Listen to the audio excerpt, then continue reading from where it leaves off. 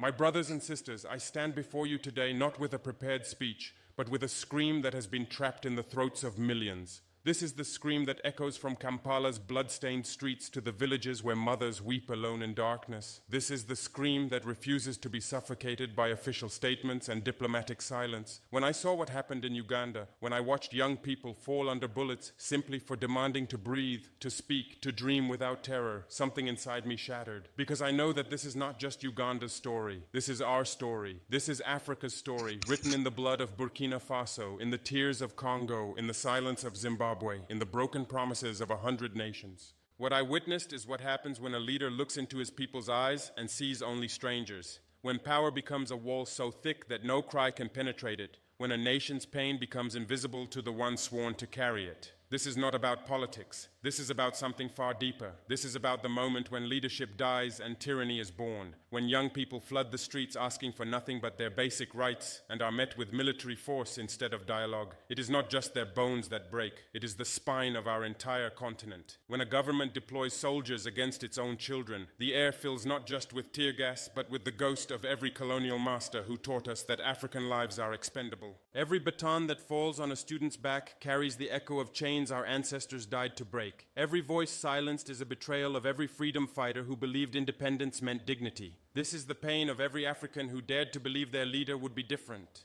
And yet, here we are in 2024, still fighting the same battles our grandparents thought they had won. I am young. Many say too young to speak with such authority, but age is not measured in years when your soul has walked through fire. I came to power not through lineage or military cunning alone, but through a promise whispered in the hearts of a generation that refused to die in silence. I represent something dangerous to old systems, the possibility that a leader can still feel, that a president can still bleed when his people bleed, that power does not have to turn a human being into stone.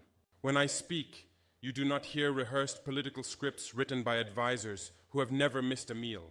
You hear the raw voice of a man who knows what it means to watch your country suffocate under corruption, to see your sisters lack medicine in hospitals that should be healing them, to bury friends who died from preventable diseases because the national budget was devoured by men in expensive suits who travel in convoys while children walk barefoot to schools without roofs. I have seen what happens when a government forgets that its first duty is to its people. I have watched mothers choose which child gets to eat because there is not enough food for all. I have seen young people with university degrees selling phone credit on street corners because the economy has been hollowed out by corruption. I have witnessed the quiet desperation in the eyes of farmers who work from sunrise to sunset but cannot afford to send their children to school.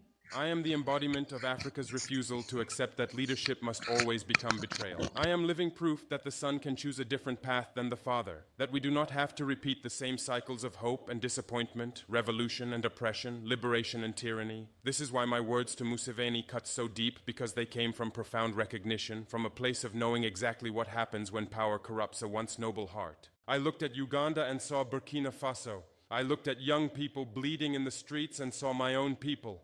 I looked at a leader who had become deaf to his nation's cries and saw the ghost of every liberation hero who lived long enough to become the oppressor. I saw the trajectory that I myself must constantly fight against, the gravitational pull of power that tries to convince every leader that they are indispensable, that their people need them to rule forever, that leaving power would be a betrayal of their legacy. Your people deserved better. 5 words, simple, devastating, true. Not an insult, not diplomatic provocation, but a lament, a recognition of tragedy that did not have to happen, a statement of fact that cannot be disputed by anyone who witnessed what transpired in Uganda's streets. The world saw everything, and this is what haunts every dictator in the digital age. In this era of cameras and smartphones, there is nowhere to hide. The footage exists. The evidence is immortal. History will not forget. The blood on the pavement is documented.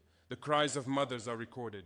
The fear in young eyes is captured forever. No amount of propaganda can erase what the world has witnessed. No state television broadcast can contradict the videos that circulated globally within hours. Yoweri Museveni, a name that once carried the weight of revolution, a guerrilla fighter who spoke the language of liberation, a man who came to power in 1986 promising fundamental change. There was a time when his name was mentioned alongside the great resistors, when he stood before crowds speaking of African dignity, of ending dictatorship, of building a nation where every voice mattered. I know this history, I have studied it, I have read his speeches from those early years, and they sound like speeches I might give today. He spoke about the problems of African leadership, about presidents who clung to power, about the need for term limits and democratic accountability. He was, in his own words, going to be different. But something happened along the way, something that happens too often on this continent, something I see in my nightmares and fight against every single day. The revolutionary becomes the institution. The liberator becomes the jailer. The man who fought against lifetime presidencies decides rules do not apply to him. The one who condemned corruption becomes its chief architect. The people who once danced in the streets celebrating his arrival now run from soldiers wearing his orders like armor.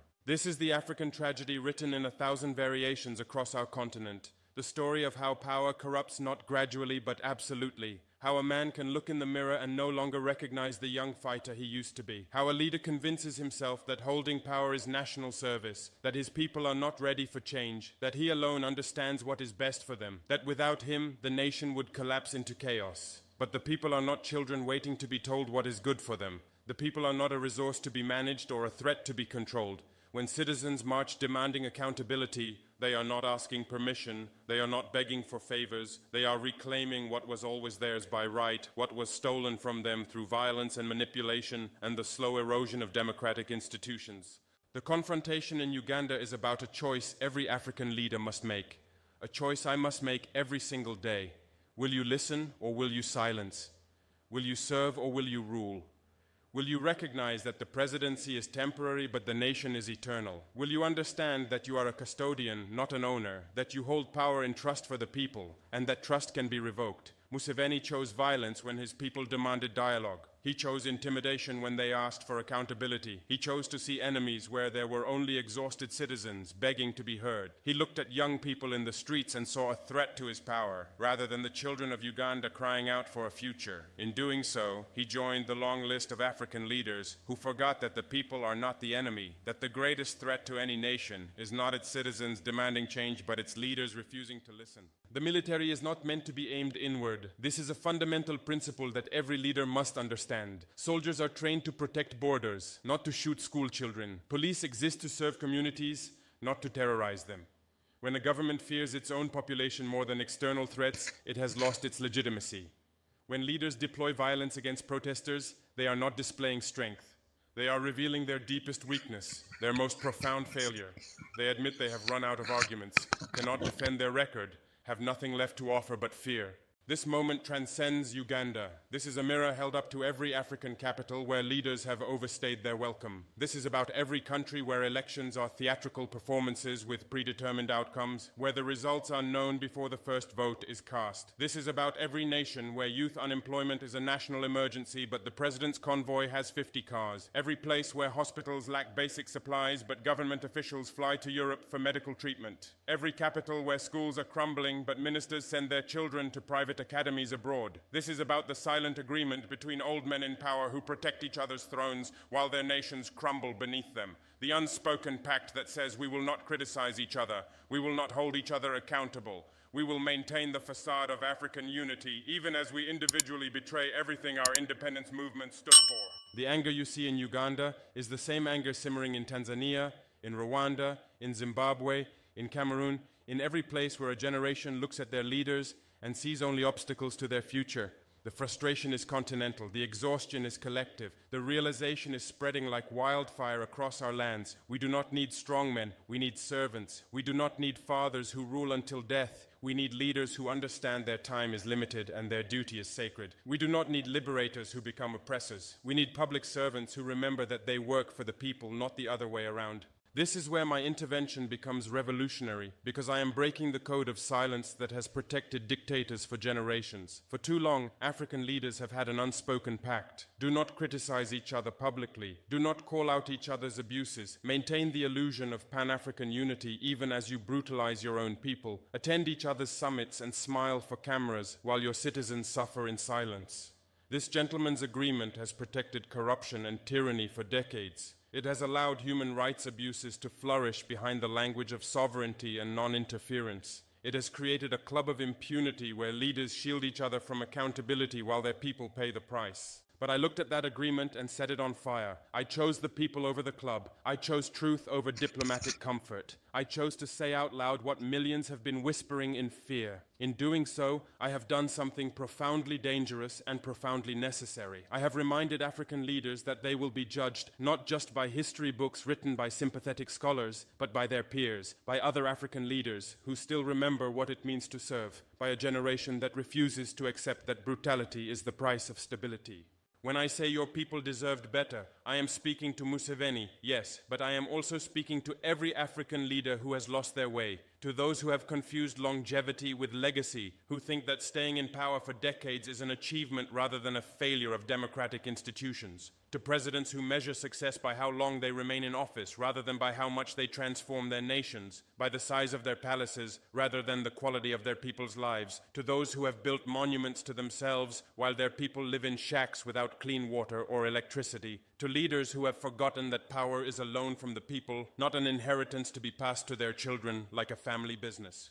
And when I say the world saw everything, I am issuing a warning that the age of impunity is ending. Technology has fundamentally changed the game. Massacres cannot be hidden anymore. Lies cannot be sustained in the face of video evidence. The international community may be slow, may be hypocritical, may be selective in its outrage, but the evidence remains. The videos exist. The testimonies are recorded, and future generations will look back at this moment and ask why we were silent, who spoke up and who looked away, who had the courage to break ranks and who chose complicity. But this story is not just about leaders and their failures. This story is fundamentally about the people, about the courage of ordinary citizens who became extraordinary through their willingness to stand up, about young Ugandans who walked into the streets knowing they might not return home, knowing that soldiers with live ammunition were waiting for them, about students who chose courage over safety, who chose to speak even when silence would have kept them alive, about mothers who gave their children permission to protest because they understood something profound, that silence is a slower death, that a life lived in fear is not a life worth living, that some things are worth dying for,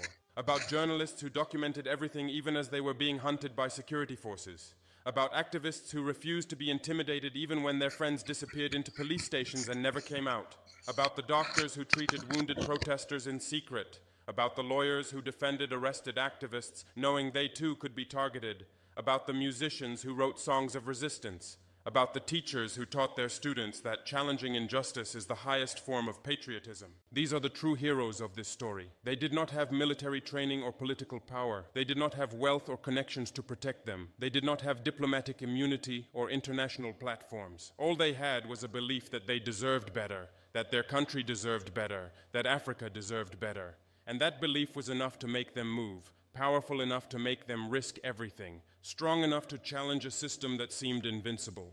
People of Uganda, hear me clearly. You did not fail. The system failed you, your leaders failed you, but you yourselves showed up. You carried your pain into the public square and refused to pretend everything was fine. You broke the silence that tyrants depend on for their survival. You made your suffering visible. You forced the world to pay attention, to witness, to take sides. You reminded everyone watching that Africans are not passive victims waiting to be saved by foreign intervention. You are agents of your own liberation. You are the ones who will determine your future. No external force will come to rescue you. No foreign power will deliver your freedom on a silver platter. It will come from your own hands, your own voices, your own refusal to accept oppression as normal or inevitable. Even though you were beaten back this time, even though many of you carry physical and psychological scars, even though some of your brothers and sisters did not survive, you planted something in Uganda's soil that cannot be uprooted by any amount of state violence. You planted the memory of resistance. You showed the next generation that it is possible to stand up, that ordinary people have power, that the system can be challenged. You proved that the people are not powerless even when they are outgunned, outnumbered by security forces, and facing a state willing to kill its own children. This truth terrifies every dictator because they know that once a people lose their fear, the game is over. Once a population realizes that the emperor has no clothes, that the system only works because we consent to it, that power is ultimately a performance that collapses when we stop believing in it, then no amount of military force can sustain control forever. You can arrest protesters. You can shut down the internet. You can ban gatherings and declare states of emergency. You can fill your prisons with activists and journalists. But you cannot arrest an idea whose time has come. You cannot imprison a dream that lives in millions of hearts. You cannot kill the hunger for dignity that is embedded in human DNA. You cannot shoot dead the aspiration for freedom that defines what it means to be human. This is why Museveni's violence, even if it achieves temporary silence, has already lost the long war. Because he has shown his people who he truly is. He has removed the mask. He has revealed that he values his position more than their lives, that he would rather kill Ugandans than listen to them, that power matters more to him than the people he swore to serve, and that revelation cannot be reversed. Trust broken at this scale cannot be repaired by speeches or promises or cosmetic reforms. To Museveni directly, I say this: you had a choice. At every step of this crisis, you had a choice. You could have been remembered as the man who built Uganda, who transformed a war-torn nation into a beacon of stability and development. Instead, you are becoming the man who shot Uganda, whose legacy will be defined by the blood of young people on Kampala's streets. You could have listened to your people and shaped a peaceful transition that preserved at least some of your legacy, that allowed you to leave office with dignity. Instead, you chose repression and violence, and in doing so, you guaranteed that your name will forever be associated with brutality against your own citizens. You will not be remembered for the wars you won or the peace you brought in your early years. You will be remembered for this, for the moment you turned your guns on your children. The world saw everything. History is watching. And you cannot edit the footage that has already gone viral. You cannot rewrite the testimonies that have been recorded. You cannot silence the mothers whose children will never come home. Your legacy is being written in blood, and no amount of propaganda, no number of state-controlled newspapers or television broadcasts can wash it clean. But this is not the end of the story. This is not the final chapter of Uganda or of Africa. This is the middle, the moment of maximum tension before the breakthrough. This is the darkness before the dawn. Across our continent, something is stirring. It does not yet have a name or a single manifesto. It is not yet a unified movement with headquarters and official spokespeople, but it is real and it is growing. It is the sound of a generation refusing to inherit their parents' fear. It is young people choosing solidarity over tribalism, choosing Pan-African unity over the divisions that have been used to control us. It is the moment of recognition when a Burkinabe leader speaks truth to a Ugandan dictator, and people across the continent say yes. Finally someone said it. Finally someone broke the silence. It is activists sharing strategies across borders, learning from each other's successes and failures. It is artists using music and film and poetry to tell stories that politicians want buried forever. It is journalists risking everything to document truth in countries where truth-telling is a crime. It is everyday citizens who go to work, raise their families, and quietly refuse to believe the official lies anymore, who teach their children that there is another way, that Africa does not have to be like this. This is how change begins, not with a single dramatic moment that transforms everything overnight, but with a million small acts of courage that accumulate, that build on each other, until the dam breaks and the flood of change becomes unstoppable. So this is the message that must echo from Ouagadougou to Kampala, from Cape Town to Cairo, from Lagos to Nairobi. Your people deserved better. But more than that, your people will demand better. They will organize, they will resist, they will persist, they will outlast you because you are one man and they are millions. You have guns and soldiers and security forces, but they have time and numbers and history on their side. Eventually, inevitably, justice arrives, not because the universe is inherently fair or because some divine force intervenes. Justice arrives because people make it so through sacrifice, through persistence, through the absolute refusal to accept oppression as destiny, through the courage of those who stand up knowing they might fall. The world saw everything, and the world will remember. But more importantly, Africa saw everything, and Africa will not forget. We will not forget the young people who died for demanding basic rights. We will not forget the mothers who wept over their children's bodies. We will not forget the leaders who chose violence over dialogue. This is my promise to you, my brothers and sisters across Africa. I will not be silent. I will not join the club of leaders who protect each other's corruption. I will not value diplomatic comfort over the lives of African youth. I will continue to speak the truth, even when it is uncomfortable, even when it costs me allies, even when it makes me enemies, because I believe in a different Africa, an Africa where leaders actually serve, where power changes hands peacefully, where young people do not have to die just to be heard, where our resources benefit our people, not foreign corporations and corrupt officials, where hospitals have medicine and schools have books and farmers have support and innovation is funded and talent is celebrated. This is not a fantasy. This is what we fought for. This is what independence was supposed to deliver, and we will not rest until we achieve it. The struggle continues, and we will win because we must win, because our children deserve better, because Africa deserves better, your people deserve better, and together we will build the Africa they... The president of Burkina Faso has been making waves in African politics with his anti-colonial stance and Pan-Africanism. He has criticized Museveni, the longest standing president of Uganda, of his ways of ruling and ways he has been involved in crime against humanity. As you know, Traore's leadership style is a stark contrast to these older leaders like Museveni. He's taken a bold steps like expelling French troops from Burkina Faso, nationalizing key industries, and reclaiming gold mines that were recently or previously captured by the colonialists. So this has resonated with many Africans frustrated by decades of economic dependency, and this makes him a darling to the people of Burkina Faso. However, Traore's methods and alliances have raised concerns. He's been accused of authoritarianism, human rights violation, and media suppression. But his stance still gives him an edge against dictatorship that people like Museveni have done to the people of Uganda. And in today's bold statement, he says that it is time for Ugandans to know that the right is on the hands of the people. Power belongs to the people, and if they want to change Uganda, it's them to decide so. So it is high time for them to stand against the atrocities that Museveni is committing against them and against the people of Uganda. It is a show of disrespect to the people of Uganda to still have no space of free choice, free will, and free environment of choice where people can talk freely without being uh, held accountable. You saw recently during Bobby Wine's campaigns when Museveni stormed the camp and even tear-gassed women and children. Some were killed, some were bluntly injured in the event, and still people do not have the space to express themselves.